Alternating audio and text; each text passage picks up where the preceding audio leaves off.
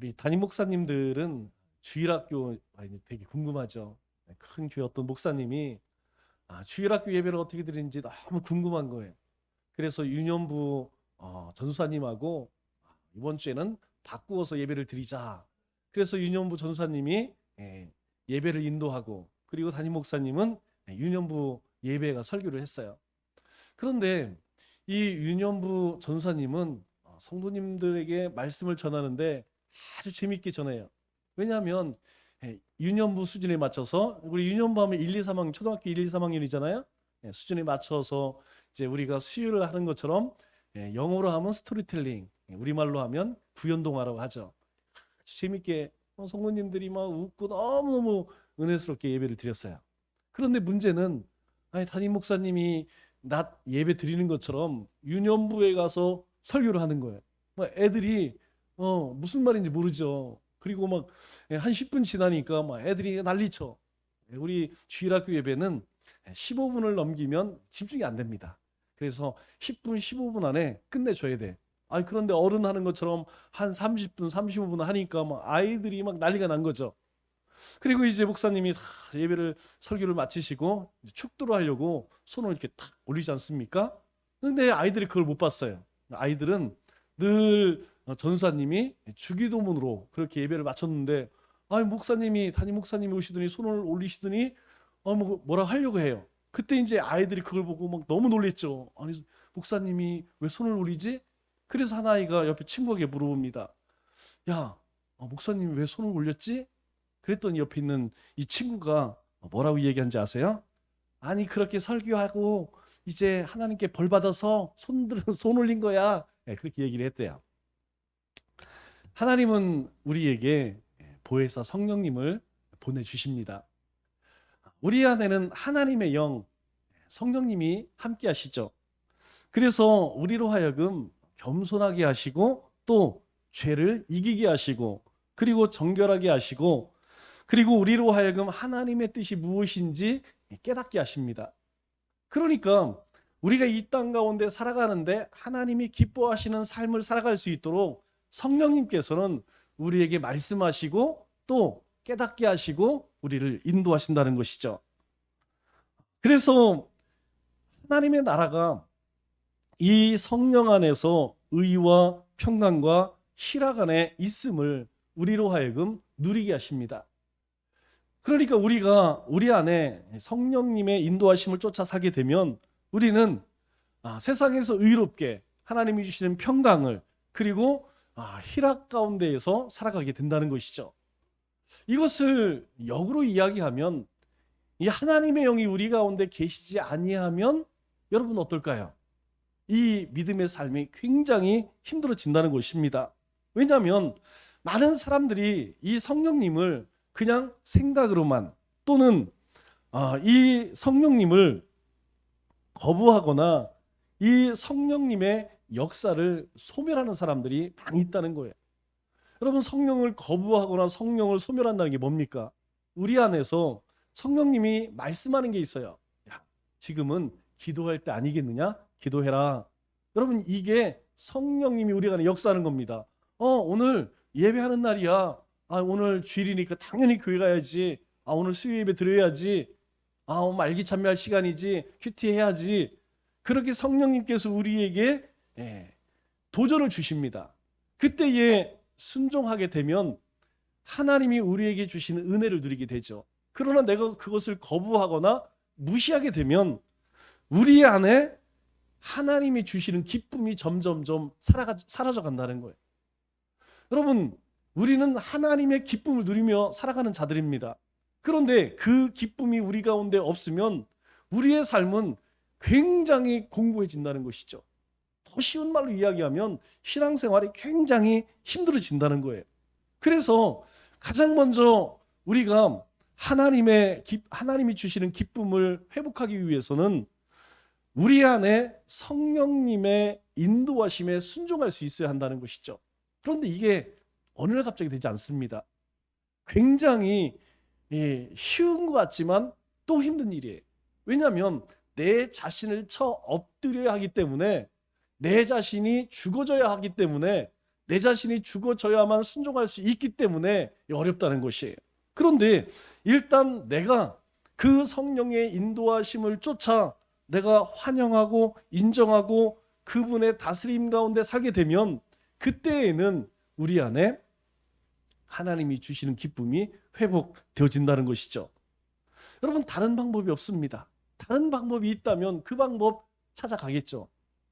그러나 우리의 삶, 우리가 하나님의 거룩한 백성으로 또 이 세상에 보내심을 받은 사명자로 살아가기 위해서는 반드시 이 성령의 인도하심을 쫓아 살아가야 한다는 것이죠.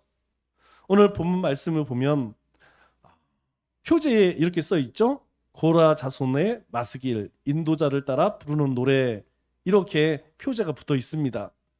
우리가 잘 알다시피 고라 자손은 민수기 16장에 보면 이제 모세와 아론을 거슬려서 하나님 앞에 교만함으로 반역을 꾀하죠.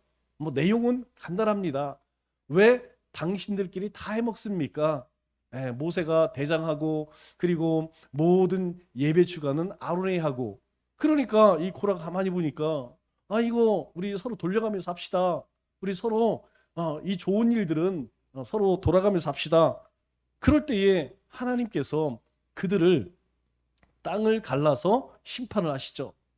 여러분, 그 일에 참여했던 사람 전부 땅이 갈라져서 땅이 삼켜버렸다고 성경은 말씀하고 있어요.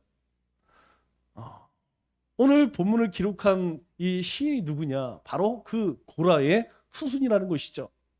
여러분, 만일 우리 조상 가운데에 매국노가 있어, 일제시대든 아니면 다른 시대이든 반역을 꾀하거나 모반을 꾀하거나 아니면 매국노 가운데 있다고 하면 여러분 어디 가든지 조상 얘기가 나오면 말하기 싫을 거예요. 도망가고 싶을 겁니다. 이 고라의 후손들도 그렇지 않겠어요? 그 고라의 자신들의 조상이 하나님을 위해서, 이스라엘 위해서 그렇게 정말 헌신하고 희생하고 뭔가 영광을 위해 살았다고 하면 자랑스럽겠죠. 야, 우리 조상은 이런 사람이야. 그런데 이 고라의 후손들은 자신의 조상을 자랑스럽게 여길 수가 없어요. 왜 그렇습니까? 하나님 앞에 반역하다가 다 죽임을 당했거든요. 그런데 비록 그들의 조상은 반역으로 죽었지만 그 후손들은 하나님을 찬양하는 영광스러운 직분을 감당하게 되었습니다. 하나님께서 사도 바울을 부르실 때에 사도 바울이 어떤 사람이었습니까? 예수 믿는 사람들을 핍박하던 사람이었어요. 그런데 하나님께서 그를 어떻게 바꿔주셨습니까? 복음의 전달자로, 복음의 사명자로 하나님께서 세워주셨죠. 그것처럼 하나님께서는 이 고라의 후손들, 그들을 비록 그들의 조상은 하나님께 반역을 하였지만 그 후손들을 하나님을 찬양하는 찬양의 도구로 그렇게 은혜를 베풀어 주셨죠. 그런데 이 시편 42편 속에는 또 한 가지 내용이 담겨져 있습니다. 그것이 무엇이냐면 고난 속에서 인생의 캄캄한 밤이 찾아올 때에 하나님을 소망하라고 하는 교훈, 그래서 마스길이라고 써 있어요. 여러분, 이 마스길이라고 하는 뜻은 교훈의 시라는 뜻입니다. 그리고 인도자를 따라 부르는 노래라고 이야기했어요. 여러분, 우리가 예배를 드리기 전에 우리 찬양을 인도하죠? 또 우리 젊은 예배 때, 또 소유 예배 때에 찬양을 인도하시는 분이 있어요. 그런데 참 이상한 게 무엇이냐면 앞에서 찬양 인도하시는 분을 쫓아서 찬양하게 되면 온 함께 예배하는 사람이, 함께 찬양하는 사람이 한 목소리로 잘 찬양이 됩니다. 그런데 앞에 인도하는 사람이 없으면 엉망진창이 돼요. 막 3부 합창, 4부 합창 막 화음이 저절로 나옵니다. 그런데 앞에 인도하는 사람이 있으면 그 인도하심을 쫓아서 온 성도가 하나가 되어서 한 목소리로 찬양을 드릴 수 있게 되죠. 바로 이 시편 42편이 그런 찬양이라는 거예요. 왜 그렇습니까? 마스길, 곧 교훈의 시, 우리 가운데 큰 교훈을 주는 그런 노래라는 것입니다.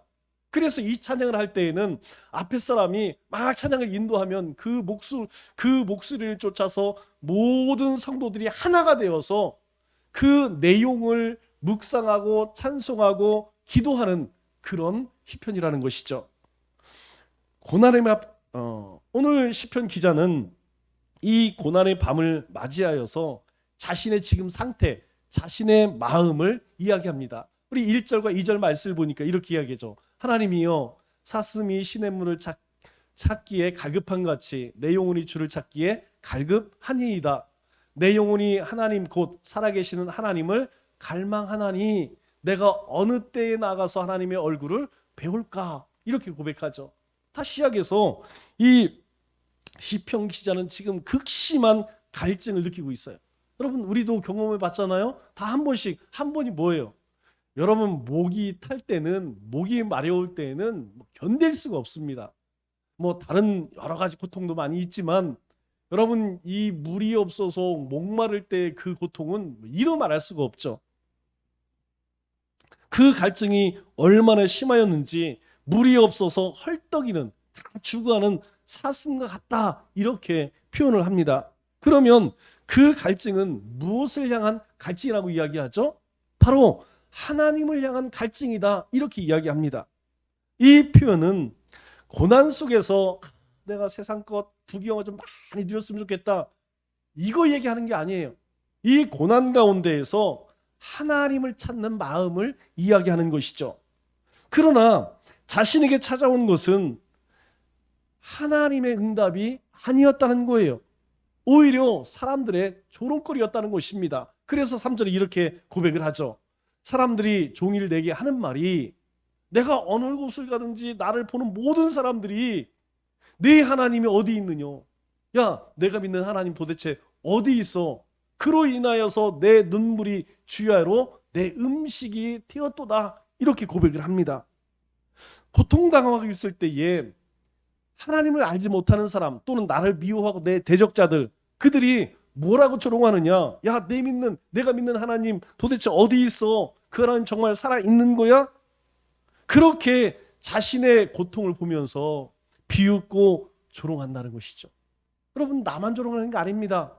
이 말씀을 가만히 보면 나뿐만 아니라 내가 섬기는 하나님도 조롱하고 있는 것을 볼 수가 있는 것이죠. 야, 네가 믿는 하나님 죽은 하나님 아니야? 네가 섬기는 그 하나님 도대체 어디 숨어 계시냐? 좀 나와보시라고 해. 한번 그 권능의 손길로 기적을 한번 일으켜보라고 해. 요즘 우리가 말기 참배 시간에 욥기 말씀을 우리 읽고 있죠? 여러분 욥기를 읽으면서 뭐 내용은 잘 생각나지 않지만 욥을 찾아온 친구들이 있어요. 세 친구. 그리고 이제 어제 본문을 보니까 엘리후라는 사람이 또 이야기를 하죠. 엘리후는 아마 그 가운데 가장 나이가 어렸던 것 같아요. 그런데 그 내용이 무엇이냐면 욥을 비우는 내용입니다. 욥의 친구들도 엘리후도 다 하나같이 얘기하는 것이 무엇이냐면 네가 죄가 없다면, 내가 정말 하나님 앞에서 그렇게 정직하고 온전하고 하나님을 경외하는 사람이었다면 왜 이런 일을 당해? 여러분 그 말을 받고 이야기하면 지금 조롱하는 거예요. 조롱하는 거. 네가 평상시에 그렇게 유난 떨더니, 네가 그렇게 믿음이 좋다고, 네가 그렇게 하나님 잘 섬긴다고 하더니 네 꼴이 뭐냐? 여러분 그거 아니겠습니까? 하나님을 섬기는 우리 입장에서 그것보다 더 고통스러운 게 없어요. 내가 하나님을 확신하는데, 내가 하나님의 모든 것을 내가 인정하고 그 말씀을 믿고 그 말씀을 쫓아 내 인생을 살아가는데 그것을 부정하는 것. 그냥 네가 이제까지 이야기한 것, 네가 이제까지 우리에게 그렇게 보여준 것, 그거 다 거짓말이다. 도대체 그 하나님, 네가 그렇게 매일매일 확신하고 자랑하던 그 높이고 그 경외하던 하나님 어디 있어? 여러분 실제로 우리의 삶에도 많은 시련과 고난이 찾아옵니다. 그런데 그 고난 자체의 아픔보다도 우리를 대하는 사람들의 그 멸시와 조롱, 사실 그것이 더 힘들어요. 여러분 우리가 신앙생활할 때에 가장 힘든 것이 무엇입니까? 세상으로부터 비웃음 받는 거. 야, 너 예수 믿는 사람들이 도대체 왜 그러냐? 여러분 이런 이야기 들으면 정말 창피해. 내가 하나님 말씀에 순종하지 못해 살아간 것보다 세상 사람들이 그런 경멸의 눈빛으로 우리를 보고 조롱하는 말을 들으면 정말 속이 상합니다. 오늘 시편 기자도 마찬가지예요. 지금 뭐라고 이야기합니까? 내가 음식을 넘기지 못하고 마음이 상해서 주야로 그 눈물이 나의 음식이 되었다. 이렇게 고백을 하죠. 이 사람들의 조롱 외에 이 시편 기자를 또 힘들게 하는 또 한 가지가 있어요. 그것이 무엇이냐면 과거에 즐거웠던 시간입니다. 4절 말씀을 보니까 이렇게 이야기해요. 내가 전에 성의를 지키는 무리와 동행하여 기쁨과 감사의 소리를 내며 그들을 하나님의 집으로 인도하였더니 이제 이 일을 기억하고 내 마음이 상하는도다. 내가 전의 일들을 생각해 보니까 너무너무 마음이 상한다는 거예요. 그게 뭡니까? 절기를 맞이하여서 사람들과 함께 기쁨과 감사의 노래를 불렀어요. 그리고 하나님의 전으로 들어가던 그 과거의 영광을 떠올려 생각을 해보니까 그것이 오히려 지금 너무너무 마음이 상하는 거예요. 그러나 그 과거에 즐거웠던 기억이 지금 현재의 비참함과 비교되어서 이 시편 기자의 마음을 더 아프게 한다는 것이죠. 여러분, 우리가 건강할 때는 건강 의미를 잘 모릅니다. 뭐 건강 당연한 거죠. 왜? 어제도 건강했고 엊그저께도 건강했고 오늘도 건강한데 뭐 내일도 건강하겠지. 다 그렇게 생각하죠. 그런데 우리 가운데 질병이 찾아오면 여러분 이 건강의 의미가 달라져요. 우리 가운데에 연약함이 찾아오면 찬양하는 것, 기도하는 것, 예배의 의미가 완전히 달라지는 것이죠. 이전에 이 시편 기자는 그 절기를 맞이하여서 하나님께 나아가 찬양을 하고 사람들과 함께 그렇게 즐겁게 하나님을 기뻐했는데 이제는 그럴 수 있는 상황이 아니라는 것이죠. 그것이 너무너무 가슴 아프다는 것입니다. 이렇게 사람들의 조롱과 과거와의 비교에서 오는 그 슬픔, 이 시편 기자의 마음을 완전히 흔들어 놓았다고 말씀하죠. 그래서 5절에 뭐라고 이야기합니까? 내 영혼아 내가 어찌하여 낭망하며 어찌하여 내 속에 불안해하는고. 왜 이런 고백을 합니까? 지금 이 시편 기자는 낙심되어질 수밖에 없는 거예요. 이 시편 기자는 지금 불안 가운데 두려움 가운데 평안함을 누릴 수 없는 그런 상황 가운데 있다는 것이죠. 그래서 자기 의지와 상관없이 뭐라고 이야기합니까? 마음속에 불청객처럼 낙심과 불안이 찾아왔다 이렇게 이야기해요. 여러분 우리가 살아가면서 우리 힘으로 할 수 있는 일들이 사실 별로 없어요. 내가 젊으니까 나에게 물질이 있으니까 사람이 있으니까 나에게 그런 지식이 있으니까 천만의 말씀입니다. 여러분 우리의 뜻대로 우리의 자녀들이 됩니까? 우리 인생이 내 마음대로 됩니까? 우리 믿음의 삶, 신앙생활이 내 뜻대로 됩니까? 예, 마음은 원합니다. 그러나 실제 우리의 삶은요 정반대로 살아갈 때가 훨씬 많다는 것이죠. 많은 사람들이 실제로 자신의 인생의 고난의 밤이 찾아오면 여러분 하나같이 낙심하고 불안할 수밖에 없어요. 그것이 우리의 연약함이라는 것이죠. 그렇다면 시편 기자는 어떻게 이 고난의 밤을 이겨낼 수 있을 거예요? 그것은 5절 중반절에 이렇게 이야기합니다. 너는 하나님께 소망을 두라. 하나님께 소망을 두라 이렇게 얘기해요. 그가 나타나 도우심으로 말미암아 내가 여전히 찬송하리로다. 다른 방법이 없다는 것입니다. 사람들이 나를 조롱하고 그리고 나를 무시하고 멸시하고 또 내가 과거를 회상했을 때 너무 속이 상하지만 그럼에도 불구하고 너는 하나님께 소망을 두라. 다른 방법이 없다는 거예요. 하나님께 소망을 두는 그것이 유일한 방법이라고 그렇게 고백을 합니다. 낙심하고 불안해하는 자신의 영혼을 향해서 하나님께 소망을 두라 그렇게 명령을 하는 것이죠. 우리가 믿고 의지하는 하나님은 우리를 도우시는 하나님입니다. 여러분 이 사실을 잊으면 안 돼요. 우리 시편 121편 말씀을 보면 하나님이 뭐라고 말씀하세요? 하나님은 우리를 지키시는 이신이라 이렇게 말씀해요. 우리가 낙심되어져서 우리가 먼 산을 바라볼 때 나의 도움이 어디서 올까? 나의 도움은 천지를 지으신 하나님에게로다. 여러분 우리가 세상에 의지할 것이 있다면 의지하세요. 물질을 의지하여서, 사람을 의지하여서, 또 의술을 의지하고, 그리고 기술을 의지할 수 있다면 여러분 그것이 힘이 되겠지만 그렇지 않다는 것이에요. 우리가 이 땅 가운데 살아가면서 우리의 마음을 빼앗는 것, 그것이 정말 중요한 것 같지만 그것이 우리의 근심을, 우리의 염려를 조금이라도 해결해 줄 수 있느냐? 아니라는 것입니다. 바로 우리의 소망은 하나님이시라는 거예요. 그래서 하나님을 바라라. 그 하나님, 우리를 도우시는 하나님이다, 그렇게 말씀하고 있는 것이죠. 여기서 도우심이라고 하는 말, 여러분 히브리어로 예수와입니다. 예수와. 어디서 많이 들어보지 않았어요? 도우심이란 말은 구원하다라는 뜻이에요. 우리를 구원하실 분, 우리가 낙심 가운데 있을 때에, 우리가 고난 가운데 있을 때, 우리가 소망을 잃었을 때에, 여러분 그럴 때가 얼마나 많이 있습니까? 그런 가운데에서 구원하실 자는 하나님밖에 없다, 그렇게 말씀하고 있는 것이죠. 하나님께서 우리를 고난 중에 건지시고 환난 중에 피할 길을 내시는 구원자다, 그렇게 고백하고 있는 것입니다. 오늘 시편 기자도 이 고난의 밤이 깊어가지만 이 구원의 하나님을 인하여서, 그 소망으로 인하여서 내가 이 어둡고 긴 밤을 이겨내고 있다, 이렇게 고백하고 있는 것입니다.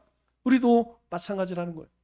내 삶의 고난의 캄캄한 밤처럼 한치 앞도 볼 수 없는 그런 상황, 또 주위에 그것으로 인하여서 수근수근되는 그런 사람이 있다 할지라도, 그래서 내 마음이 낙심되어지고 불안할 때에도 하나님을 기억하고 하나님을 소망할 때에 바로 그 고난의 밤을 이겨낼 수 있다고 우리에게 말씀합니다. 우리가 믿음의 삶을 살다 보면 어떤 순간에 하나님께서 우리를 좀 더 성숙한 단계로 인도하실 때가 있어요.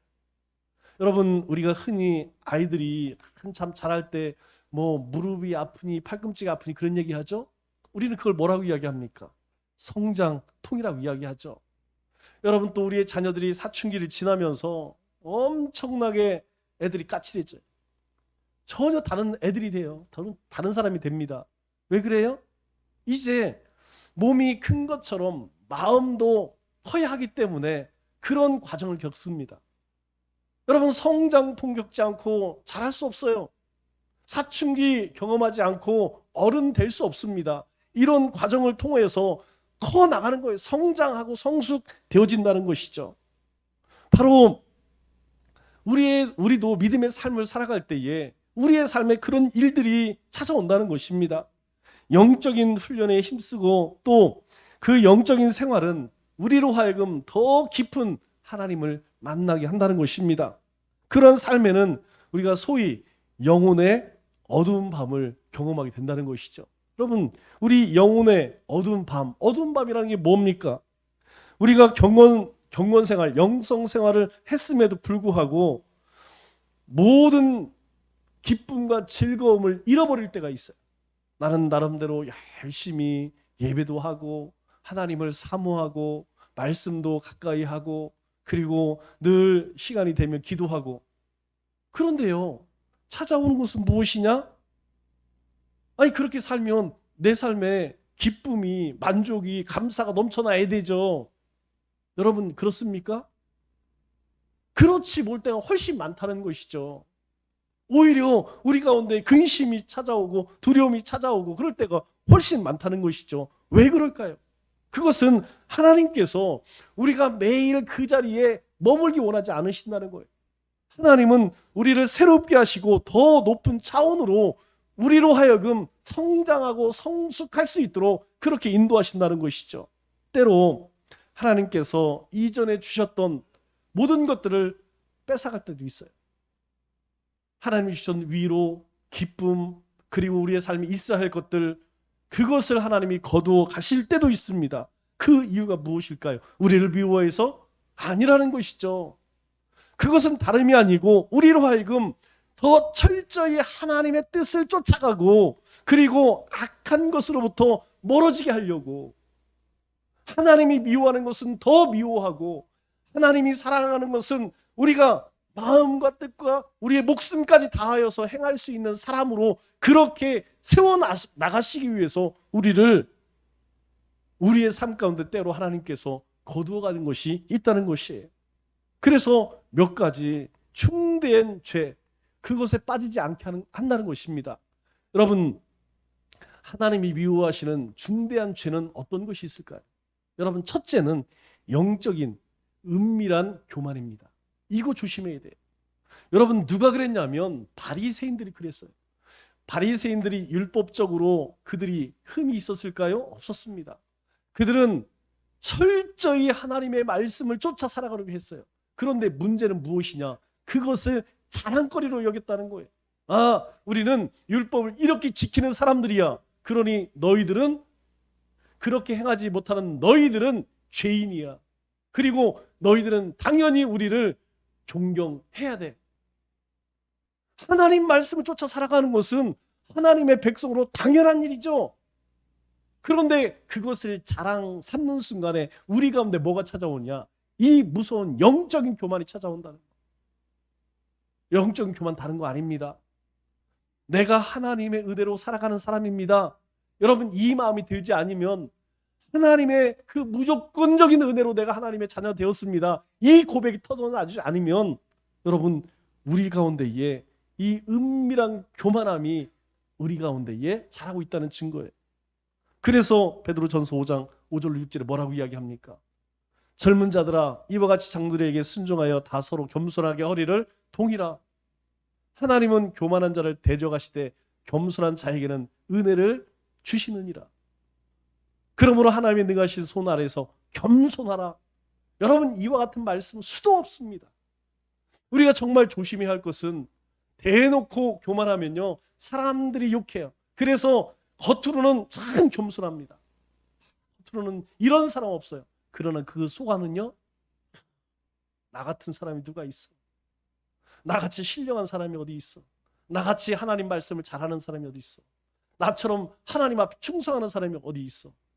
그래서 사람들을 멸시하고 무시한다는 것이죠. 큰일 납니다. 이 은밀한 교만에 빠지게 되면 여러분, 결국에는 하나님의 은혜로 깨닫지 못해요. 두 번째로 중대한 죄는 무엇이냐면 탐욕입니다. 여러분, 이러한 사람은 하나님이 주시는 것에 만족하지를 못합니다. 왜냐하면 이런 사람들은요, 욕심이 가득한 사람은요, 항상 어떤 생각을 하느냐? 나는 마땅히 하나님께 받을 걸 받고 있어. 나는 마땅히 받을 자격이 있어. 나는 마땅히 하나님으로부터 이런 축복을 받고 이런 은혜를 받을 자격이 있어. 정말 그럴까요? 없습니다. 우리는요, 그 누구도 하나님께 마땅히 받을 자는 아무도 없습니다. 하나님이 은혜 베푸시니까 하나님께서 불쌍히 여기셔서 우리에게 베푸시는 것이지 마땅히 받아야 할 자는 단 한 사람도 없다는 사실이죠. 그래서 어떻습니까? 점점 더 그 위로를 얻기 위해서 점점 더 세상적인 것을 추구해요. 내가 하나님을 위해서 더 많이 가져야 돼. 더 큰 권세를 가져야 돼. 그래서요, 그것이 영적 생활에 어떻게 나느냐? 더 집착하는 거예요. 더 집착. 은혜를 누리는 것이 아니고 더 집착합니다. 모임에 집착하고 사람에 집착하고 자기의 직분에 집착하고. 왜? 그것으로 위로를 삼으려. 그래서 디모데전서 6장 9절에 뭐라고 이야기합니까? 부활하는 자들은 시험과 올무와 여러 가지 어리석고 해로운 욕심에 떨어지나니. 7절에 그 유명한 말씀 뭐라고 이야기하죠? 돈을 사랑함이 일만하게 뿌리가 되나니. 여러분, 이 탐욕에 빠지면, 이 욕심에 빠지게 되면 그때부터는 하나님의 은혜가 보여지지 않는다는 거예요. 또 중대한 죄가 무엇입니까? 바로 영적인 허영심입니다. 영적인 사치라고 이야기하죠. 우리 누가복음 6장 26절에 보니까 모든 사람이 너희를 칭찬하면 화가 있도다. 아니, 칭찬하면 좋은 일 아니겠어요? 그런데 성경은 뭐라고 이야기하면 너희 조상들이 거짓 선지자들에게 이와 같이 하였느니라. 우리가 조심해야 돼요. 섰다고 생각할 때 넘어질까 여러분 조심해야 합니다. 사람들이 잘한다 잘한다 잘한다.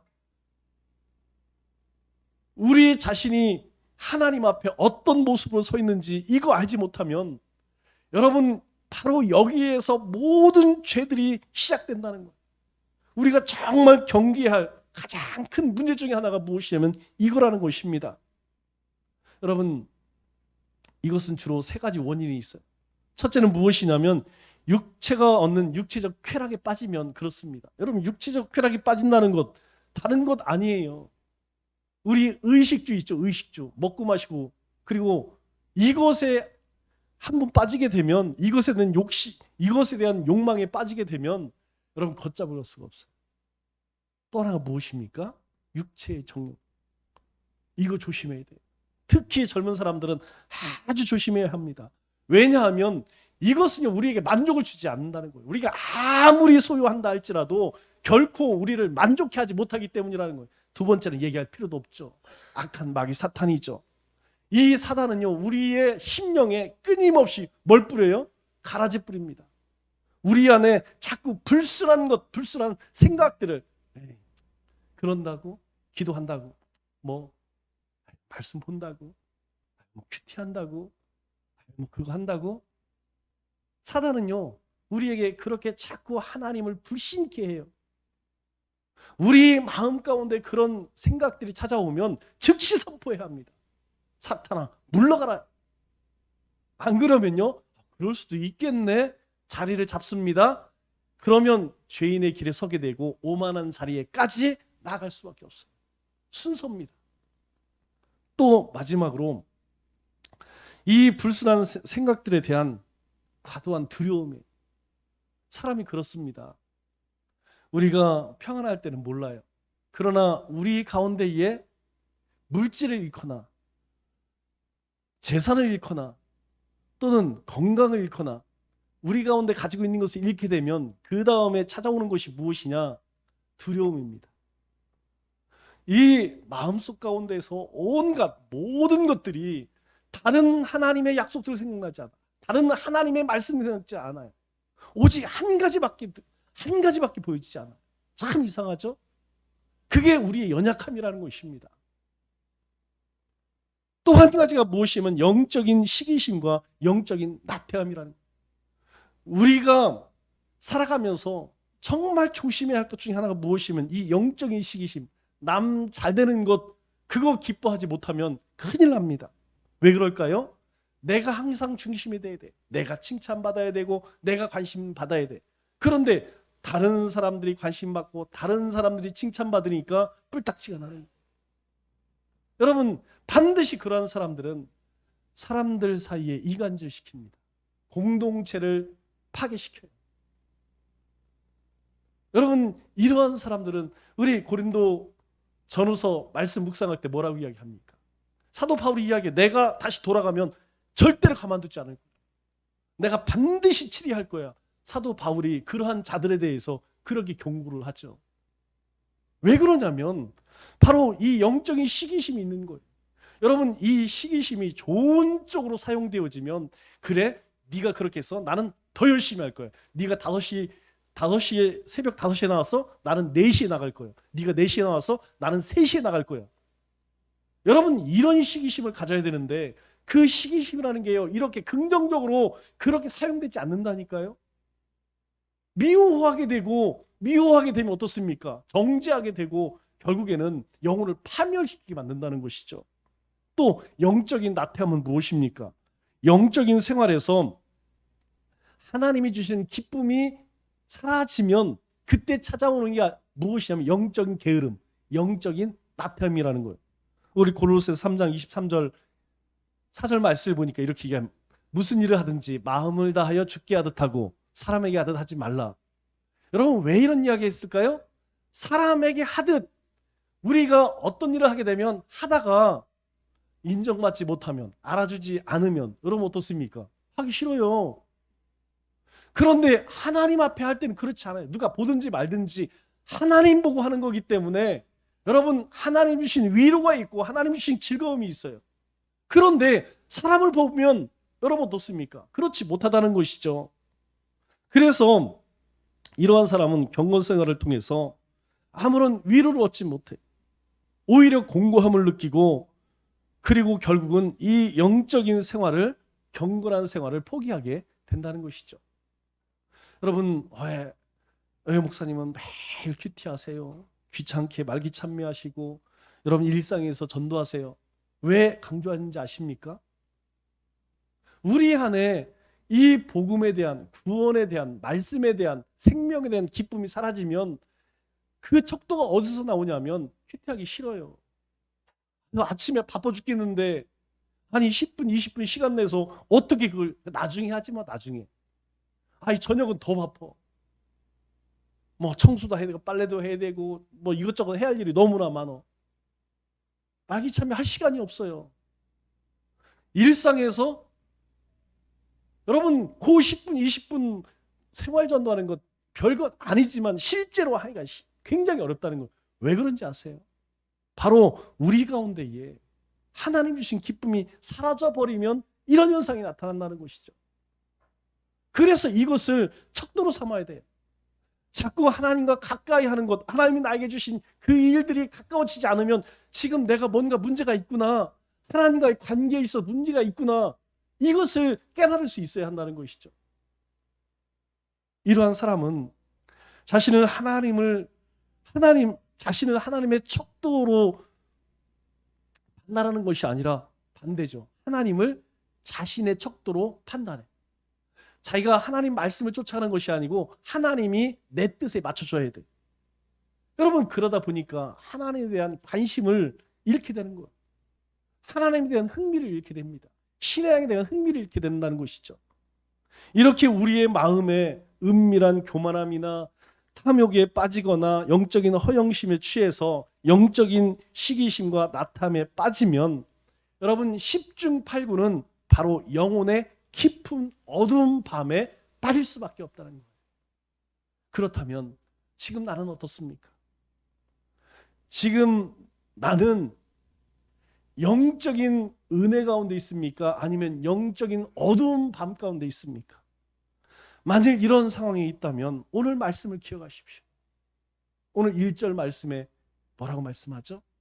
하나님이여 사슴이 시냇물을 찾기에 갈급함같이 내 영혼이 주를 찾기에 갈급함을. 주님을 찾아야 한다는 거예요. 주님 앞에 나아가야 한다는 것입니다. 주님 앞에 엎드려야 한다는 거예요. 말씀을 맺겠습니다.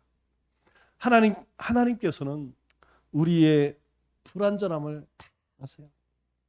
그리고 우리를 사랑하시기 때문에 우리가 잘하도록 그렇게 인도하십니다. 하나님의 사랑은 우리의 연약함 속에 그냥 버려두지 않으신다는 거예요. 그렇기 때문에 하나님께서는 때로 우리에게 고난도 시련도 허락하신다는 것입니다. 이 시련을 통해서, 이 고난을 통해서 교만이 겸손이 되고 탐욕이 소박함이 되고 분노가 만족이 되고 사치가 평안이 되고 탐욕이 절제가 되고 시기가 기쁨이 되며 나태함이 강건함이 되어야 한다는 것이죠.